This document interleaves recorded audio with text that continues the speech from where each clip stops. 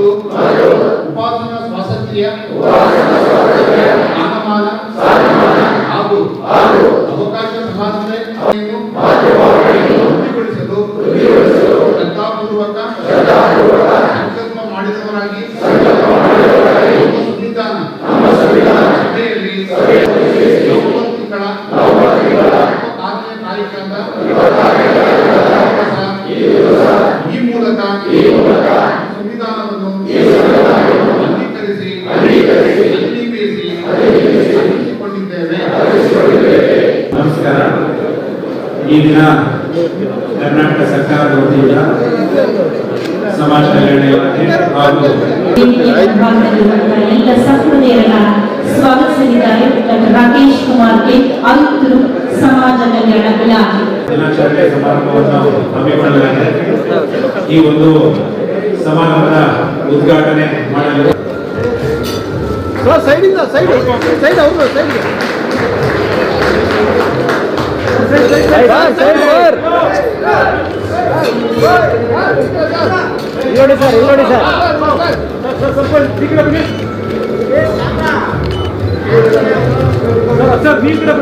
ಕಾರ್ಯಕ್ರಮದಲ್ಲಿ doctor BR Ambedkar ಅಭಿವೃದ್ಧಿ ನಿಗಮದ ಮಾನ್ಯ ಅಧ್ಯಕ್ಷರಾದ ಶ್ರೀ ಆರ್ ಸಂಪತ್ರಾಜ್ ಅವರು ಕೂಡ ಭಾಗವಹಿಸ್ತಾ ಇದ್ದಾರೆ. ಅವರು ಅಪರ ಮುಖ್ಯ ಕಾರ್ಯದರ್ಶಿಗಳು, ಸಮಾಜ ಕಲ್ಯಾಣ ಇಲಾಖೆಯ ಪ್ರಧಾನ ಕಾರ್ಯದರ್ಶಿಗಳು, ಮಾನ್ಯ ಮುಖ್ಯಮಂತ್ರಿ ಅವರ ಕರ್ತವ್ಯ ಮತ್ತು ಜವಾಬ್ದಾರಿ ಹಾಗೂ ಹೊಣೆಗಾರಿಕೆಯನ್ನು ಪ್ರತಿಪಾದನೆ ಮಾಡುವುದಕ್ಕೆ ಇಡೀ ರಾಜ್ಯದಲ್ಲಿ ಒಳ್ಳೆಯ ಆಶಯಗಳು, ಪ್ರಜಾಸತ್ತಾತ್ಮಕ ನಡೆಯ ನಿರ್ಧಾರಗಳನ್ನು ಬೆಂಬಲಿಸುತ್ತಾ ಒಂದು ಚಳುವಳಿಯಾಗಿ ಪರಿವರ್ತನೆ ಮಾಡಲಿಕ್ಕೆ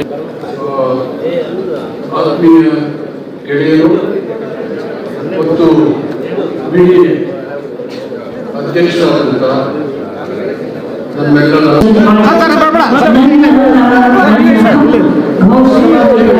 ಅಂತಾರಾಷ್ಟ್ರೀಯ ಪ್ರಜಾಪ್ರಭುತ್ವ ದಿನಾಚರಣೆ 2025 ಸನ್ಮಾನ್ಯ ಮುಖ್ಯಮಂತ್ರಿಗಳಾದ ಶ್ರೀ ಸಿದ್ದರಾಮಯ್ಯ ನಗಾರಿ ಪರಿಸರದಲ್ಲಿ ಅಧಿಕೃತವಾಗಿ ಉದ್ಘಾಟನೆಯನ್ನು ನೆರವೇರಿಸಿದ್ದಾರೆ.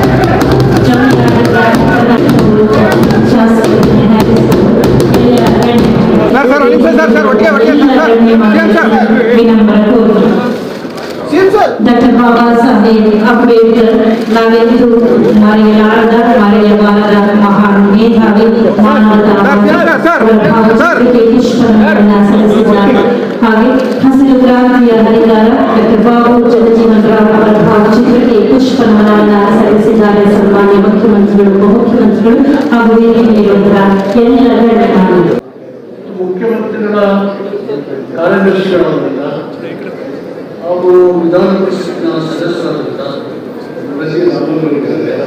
ಸ್ಪರ್ಧೆಗೆ ಚಾಲನೆ ಇದೀಗ ಚಿತ್ರ ಬಿಡಿಸುವ ಮೂಲಕ ಸನ್ಮಾನ್ಯ ಮುಖ್ಯಮಂತ್ರಿಗಳಾದ ಶ್ರೀ ಸಿದ್ದರಾಮಯ್ಯರ ಅಮೃತ ಹಸ್ತದಿಂದ ನನ್ನ ಹಕ್ಕು ಕುರಿತ ಚಿತ್ರಕಲಾ ಸ್ಪರ್ಧೆ, ಛಾಯಾಚಿತ್ರ ಸ್ಪರ್ಧೆ ಹಾಗೂ ಚರ್ಚಾ ಸ್ಪರ್ಧೆಗೆ ಮಂತ್ರಿಗಳಾದ ಶ್ರೀ ಸಿದ್ದರಾಮಯ್ಯ ಬರಲಿ ಭರಪೂರ ಚಪ್ಪಾಳ.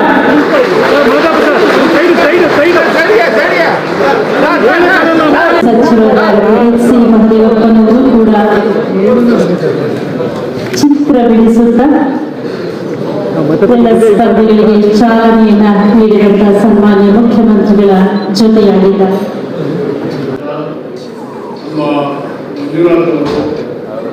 ಆಮೇಲೆ ನಮ್ಮ ಅಂಬೇಡ್ಕರ್ ನಿಗಮದ ಅಧ್ಯಕ್ಷರಾದಂಥ ಸಂಪತ್ರವರು, ಅಲೆಮಾರಿ ನಿಗಮದ ಅಧ್ಯಕ್ಷರಾದಂಥ ಪಲ್ಲವಿಗಳಿದ್ದಾರೆ. ಸನ್ಮಾನ್ಯ ಮುಖ್ಯಮಂತ್ರಿಗಳ ಹಸ್ತಾಕ್ಷರ ಇಲ್ಲಿ ನೀವು ಕಾಣ್ತಾ ಇದ್ದೀರಾ. ಎಲೆಕ್ಟ್ರಾನಿಕ್ ಹಾಗೂ ಡಿಜಿಟಲ್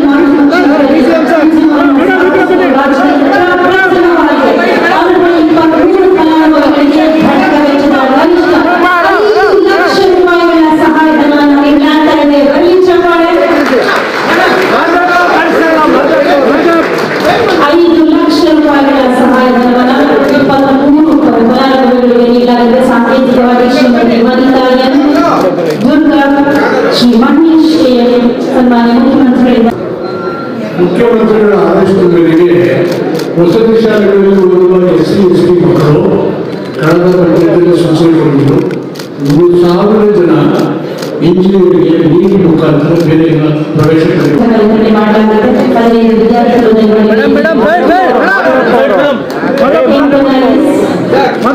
MPS ಗವರ್ಮೆಂಟ್ ಕಾಲೇಜಿನಲ್ಲಿ ಸಿಂಧು ಸನ್ಮಾನ್ಯ ಮುಖ್ಯಮಂತ್ರಿಗಳ ಸ್ವೀಕಾರ ಮಾಡ್ತಾ ಇದ್ದಾರೆ.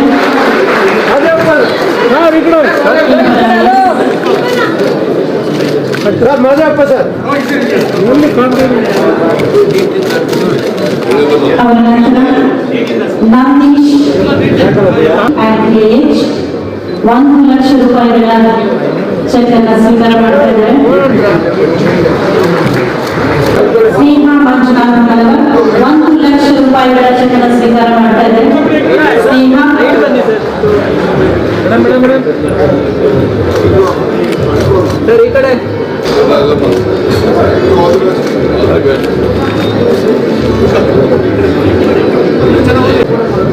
ಕೋರ್ಸ್ ಸ್ವೀಕಾರ ಮಾಡ್ತಾ ಇದ್ದಾರೆ. ಅವರ ನಂತರ ಮಂಜುನಾಥ್ ಹನುಮಂತ್ ಮೂಡಸಾಲಿ ಸರ್ಕಾರದ BHMS ನಲ್ಲಿ ಅವರಿಗೆ ಸೀಟ್ ದೊರೆತಿದೆ. 1 ಲಕ್ಷ ರೂಪಾಯಿಗಳ ಚೆಕ್ ಸ್ವೀಕಾರ ಮಾಡ್ತಾ ಇದ್ದಾರೆ. Dasharath Hadimani BHMS government college 1 lakh ರೂಪಾಯಿಗಳ cheque. M Ravichandra mechanical engineering IIT Dharwad 75,000 ರೂಪಾಯಿಗಳ ಇಂಜಿನಿಯರಿಂಗ್ 25,000 ರೂಪಾಯಿಗಳು. Akash Balaram electronics and communications engineering 25,000 ರೂಪಾಯಿಗಳು.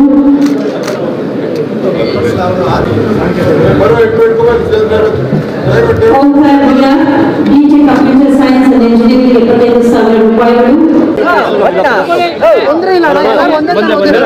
ಒಂದೇ ಒಂದು ಸೆಕೆಂಡ್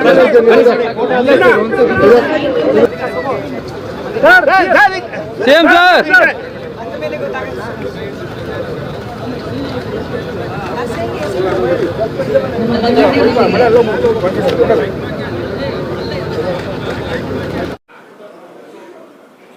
ಅಂತಾರಾಷ್ಟ್ರೀಯ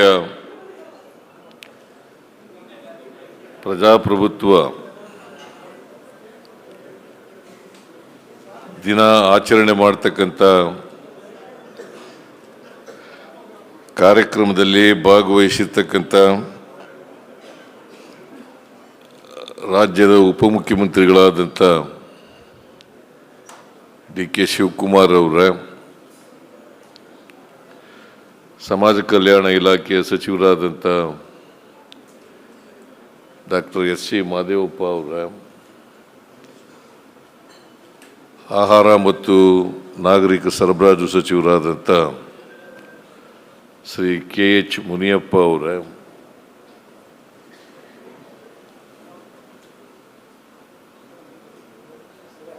ಮುಖ್ಯಮಂತ್ರಿಗಳ ರಾಜಕೀಯ ಕಾರ್ಯದರ್ಶಿಗಳಾದಂಥ ನಜೀರ್ ಅಹಮದ್ ಅವರ, ಶಾಸಕರು BDA ಅಧ್ಯಕ್ಷರು ಆದಂಥ ಶ್ರೀ NA ಆರಿಷ್ ಅವರ, ಶಾಸಕರಾದಂಥ SN ನಾರಾಯಣ ಸ್ವಾಮಿ ಅವರ, ಇಲ್ವೋ ಇದ್ದಾರ,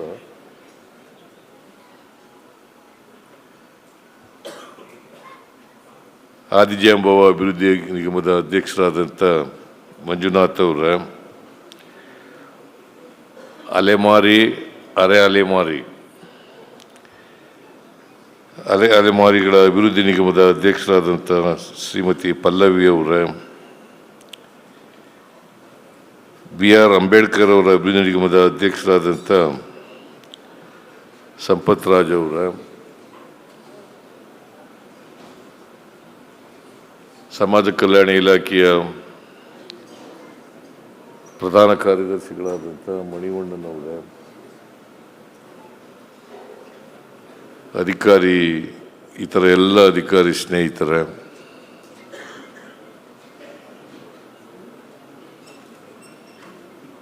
ಇಲ್ಲಿ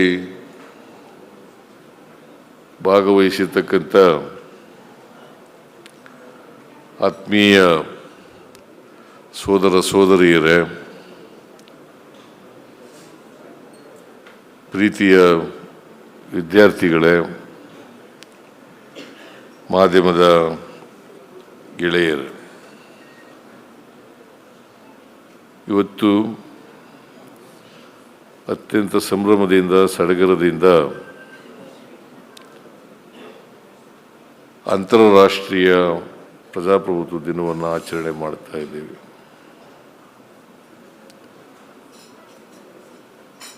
ಈ ಕಾರ್ಯಕ್ರಮವನ್ನು ಅತ್ಯಂತ ಸಂತೋಷದಿಂದ ಉದ್ಘಾಟನೆಯನ್ನು ಮಾಡಿದ್ದೇನೆ ಅಂತಕ್ಕಂಥ ಮಾತುಗಳನ್ನು ಹೇಳಲಿಕ್ಕೆ ಬಯಸ್ತಾ ಇದ್ದೆ.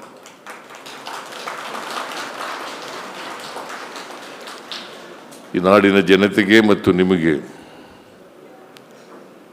ಅಂತಾರಾಷ್ಟ್ರೀಯ ಪ್ರಜಾಪ್ರಭುತ್ವ ದಿನದ ಶುಭಾಶಯಗಳನ್ನು ಕೋರಲಿಕ್ಕೆ ಬಯಸ್ತಾ ಇದ್ದೇನೆ.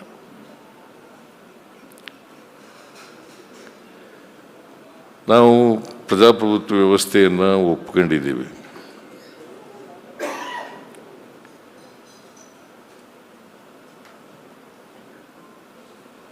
ಈ ವ್ಯವಸ್ಥೆ ಯಾಕೆ ಒಪ್ಕೊಂಡಿದ್ದೀವಿ ಅಂತಂದರೆ, ನಮ್ಮ ದೇಶದಲ್ಲಿ ಅನೇಕ ಜಾತಿಗಳಿದ್ದಾವೆ, ಅನೇಕ ಧರ್ಮಗಳಿದ್ದಾವೆ.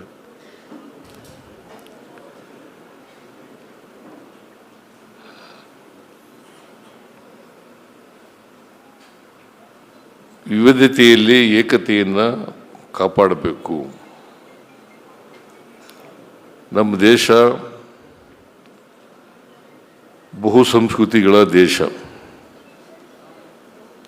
ಒಂದೇ ಸಂಸ್ಕೃತಿ ಇರ್ತಕ್ಕಂಥ ದೇಶ ಅಲ್ಲ, ಅಥವಾ ಒಂದು ಜಾತಿ ಇರ್ತಕ್ಕಂಥ ದೇಶ ಅಲ್ಲ, ಒಂದು ಧರ್ಮ ಇರ್ತಕ್ಕಂಥ ದೇಶ ಅಲ್ಲ.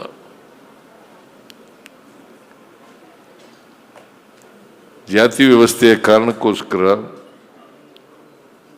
ಸಮಾಜದಲ್ಲಿ ಅಸಮಾನತೆ ನಿರ್ಮಾಣ ಆಗಿದೆ. ಅದಕ್ಕೆ ಬಾಬಾ ಸಾಹೇಬ್ ಅಂಬೇಡ್ಕರ್ ಅವರು ಸಂವಿಧಾನ ಅಂಗೀಕಾರ ಆಗೋದಕ್ಕಿಂತ ಒಂದಿನ ಮುಂಚಿತವಾಗಿ ಕಾನ್ಸ್ಟಿಟ್ಯೂಂಟ್ ಅಸೆಂಬ್ಲಿನಲ್ಲಿ ಒಂದು ಭಾಷಣ ಮಾಡಿದ್ದಾರೆ. 1950 ಜನವರಿ 26ನೇ ತಾರೀಕು ನಮ್ಮ ದೇಶದ ಸಂವಿಧಾನ ಜಾರಿಗೆ ಬರ್ತದೆ. ಆ ಜಾರಿಗೆ ಬರುವಾಗ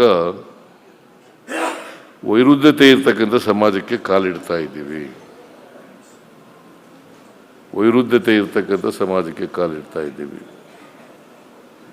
ಸಾಮಾಜಿಕ ಅಸಮಾನತೆ ಇದೆ, ರಾಜಕೀಯ ಅಸಮಾನತೆ ಇದೆ, ಶೈಕ್ಷಣಿಕ ಅಸಮಾನತೆ ಇದೆ, ಆರ್ಥಿಕ ಅಸಮಾನತೆ ಇದೆ. ಇಂಥ ಅಸಮಾನತೆ ಇರ್ತಕ್ಕಂಥ ದೇಶದಲ್ಲಿ ನಮಗೆ ಸ್ವಾತಂತ್ರ್ಯ ಬಂದಿದೆ. ಈ ಸ್ವಾತಂತ್ರ್ಯ ಯಶಸ್ವಿ ಆಗಬೇಕಾದ್ರೆ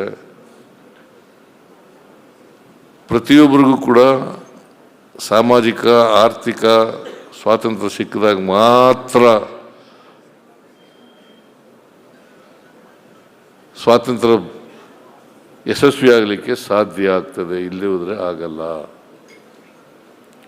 ಇದನ್ನು ನಾವೆಲ್ಲರೂ ಕೂಡ ಅರ್ಥ ಮಾಡ್ಕೋಬೇಕಾಗ್ತದೆ. ನಮ್ಮ ದೇಶದಲ್ಲಿ ಪ್ರಜಾಪ್ರಭುತ್ವ ಹೊಸದೇನಲ್ಲ, ಬುದ್ಧನ ಕಾಲದಲ್ಲೂ ಇತ್ತು, ಬಸವಣ್ಣವ್ರ ಕಾಲದಲ್ಲೂ ಕೂಡ ಇತ್ತು.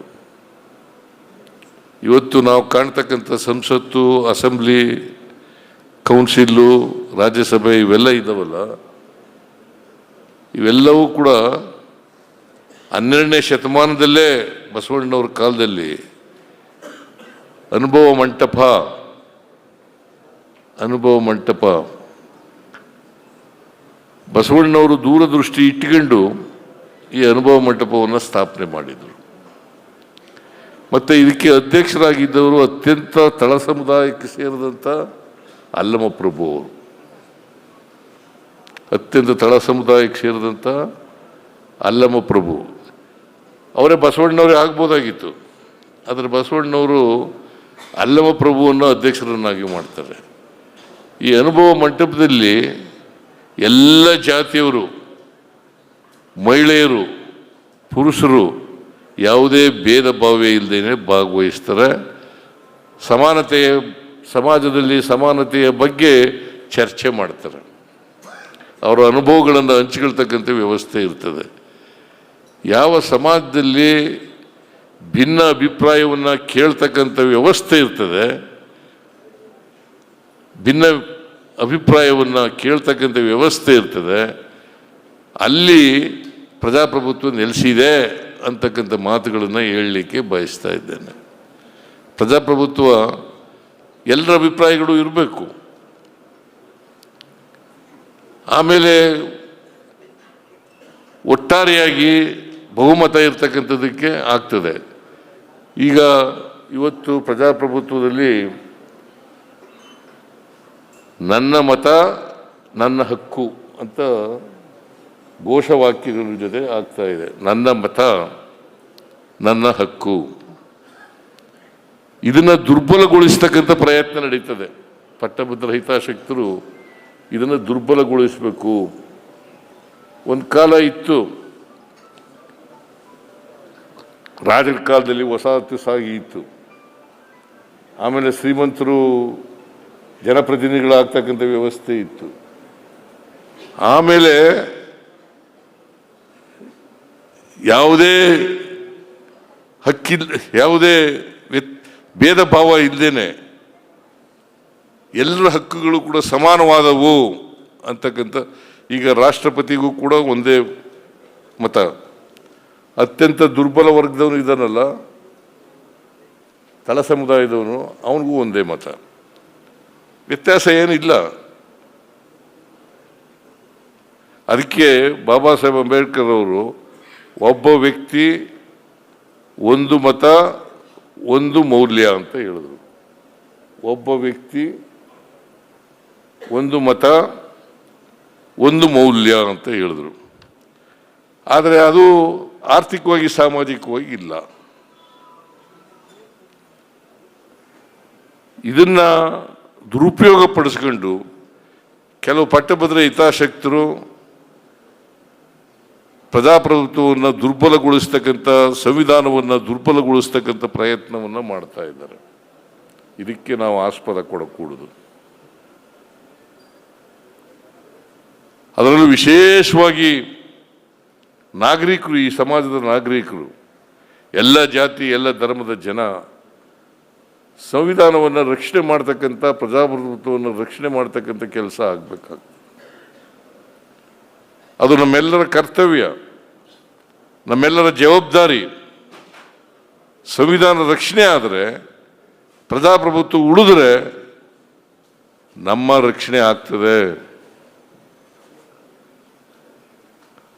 ಆದ್ದರಿಂದ ಪ್ರಜಾಪ್ರಭುತ್ವವನ್ನು ಎಷ್ಟೇ ತೊಂದರೆಯಾದರೂ ಕೂಡ, ಸಂವಿಧಾನವನ್ನು ಎಷ್ಟೇ ತೊಂದರೆಯಾದರೂ ಕೂಡ ಉಳಿಸ್ಕೊಳ್ತಕ್ಕಂಥ ಜವಾಬ್ದಾರಿಯನ್ನು ನಾವು ನಿರ್ವಹಿಸಲೇಬೇಕು ಅಂತಕ್ಕಂಥ ಮಾತುಗಳನ್ನು ಈ ಸಂದರ್ಭದಲ್ಲಿ ಹೇಳಲಿಕ್ಕೆ ಬಯಸ್ತಾ ಇದ್ದೀನಿ.